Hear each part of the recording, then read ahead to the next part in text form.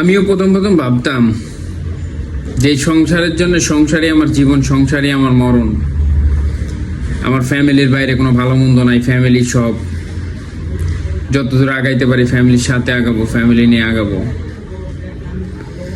আসলে দিন শেষে পরিশ্রম করে যখন বাসায় ফিরি তখন যদি ভালো মন্দ কথাবার্তা না শুনি তাহলে আসলে হয় না।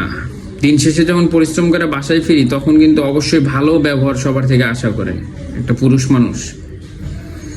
কিন্তু খোদার কসম, জ্ঞানের অভাব, শিক্ষাগত যোগ্যতার অভাব, তারপরে আউট নলেজের অভাব, কমন সেন্সের অভাব, এইসব অভাব সম্পন্ন মানুষ যারা সংসারে থাকে তাদের সংসারে জীবনও সুখ শান্তি আসবে না।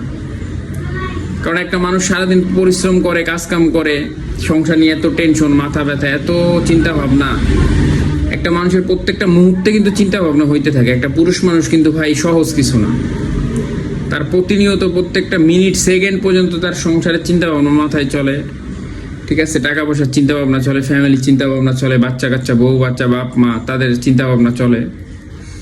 কিন্তু এই সব কিছুর শেষে যখন আপনি রাতে বাসায় ফিরে দেখবেন উল্টাপাল্টা ব্যবহার, কথাবার্তা ভালো না, তারপরে আপনার কথাবার্তার ডাইস ভালো না, এইগুলা আসলে খুবই কষ্টদায়ক ভাই। এইগুলা আসলে হজম করা খুবই কঠিন একটা ছেলে মানুষের জন্য। তো মা বোন যারা আছেন তাদেরকে সবার কাছে আমার একটাই আবদার, আপনাদের ফ্যামিলির যে গার্জিয়ান যারা কাজ করে, যারা কর্মমুঠ কর্মিক, তারা বাসায় গেলে অন্তত তাদেরকে আর কোনো প্রেশার দিয়েন না। তারা এমনি অনেক প্রেশারেই দিন কাটায়, অনেক প্রেশারে প্রত্যেকটা মুহূর্ত যায়, তাদেরকে আর কোনো প্রেশার দিয়েন না, ঠিক আছে? তাদেরকে একটু সান্ত্বনা দেন, শান্তিতে রাখেন, ভালো রাখার চেষ্টা করেন, এটা খুবই জরুরি তাদের জন্য।